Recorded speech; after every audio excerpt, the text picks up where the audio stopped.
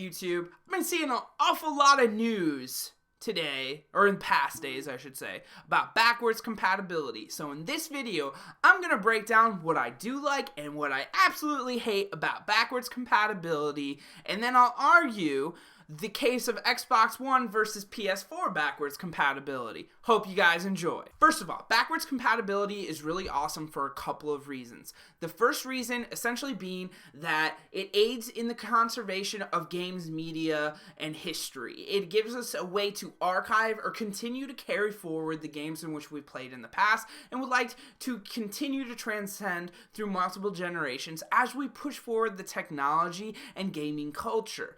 I would be super upset if I was never able to play Super Mario or Mario Brothers as I grew up because no system or no port or no availability of that game was ever given to the general public, and no game company or developer took the time to preserve what they've already created. So that's my first reason why I do truly believe backwards compatibility is not a bad thing and should exist. Period.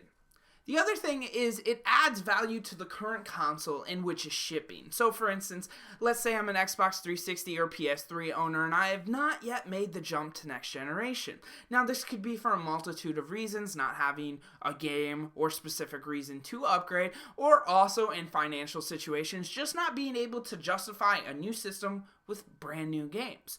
Why buy something new when I already have a console with maybe PlayStation Plus or Xbox games with Gold? I continue to be supported in games in which I haven't played or would like to revisit, and I already own everything I need to do that. So, backwards compatibility gives more reason for the consumer to upgrade, take a step into that more innovative future on a first-party system and console, and go forward from there. So I do really like backwards compatibility for those two reasons. Problem is, I have more issues with backwards compatibility than I do with pros. Granted, the pro of archiving game history and continuing that forward has a lot of weight. So keep that in mind as we move on to what I don't like about backwards compatibility. Number one, this shouldn't be an announcement. Backwards compatibility is not something that as a console owner, I'm really ever actually going to divulge my time to. I have had backwards compatibility through the Xbox beta program, and I literally did it once. I did it once to try it. I also did it, I guess, technically a second time when I played Microsoft's Rare Replay. Keep in mind, this is very circumstantial because the reason why Rare Replay was ever able to exist was because of the backwards compatibility initiative in the first place. With that in mind, why also would you want to play something old in lieu of the new?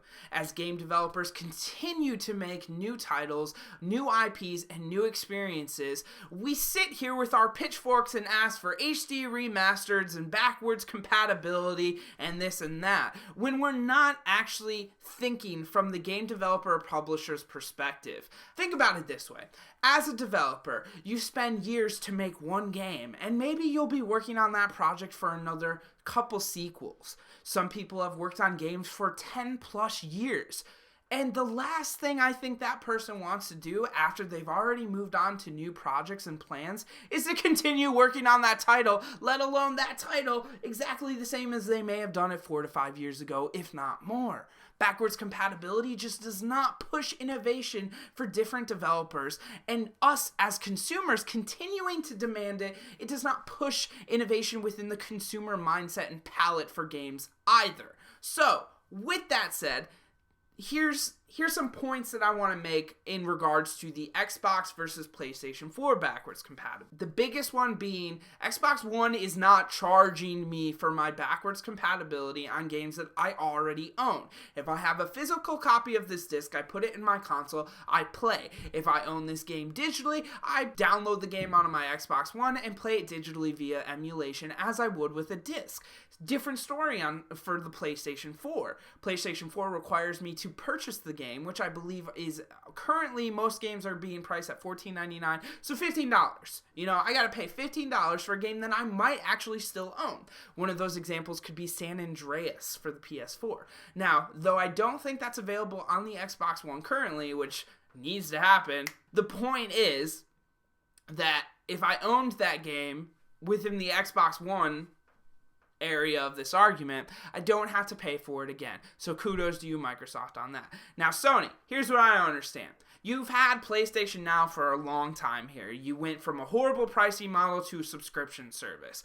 Great. You worked out that kink. But now you're announcing backwards compatibility, and you're doing it all wrong again.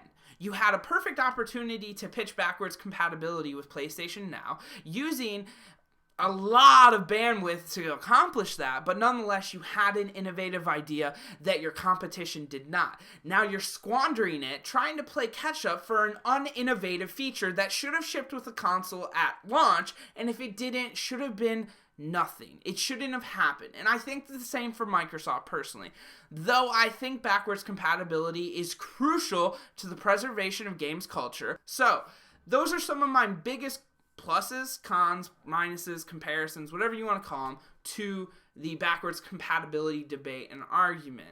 If you guys agree with me or disagree with me, please be sure to tell me in the comments below, as I am really interested to hear other people's opinions on this. Also, we now have the ability to support Project Forge in one of these corners. So if you guys would like to help us as we push this channel forward and do more videos, more content, unboxings, whatever you guys would like to see, please feel free to donate. It's very much appreciated. Nonetheless, this has been a quick video with KB Cooper, a Project Forge Productions. If you guys like this video, please comment, like, subscribe, buy, break it. I don't care. As long as you do something with it. This has been KB Cooper, and I'm out. Peace!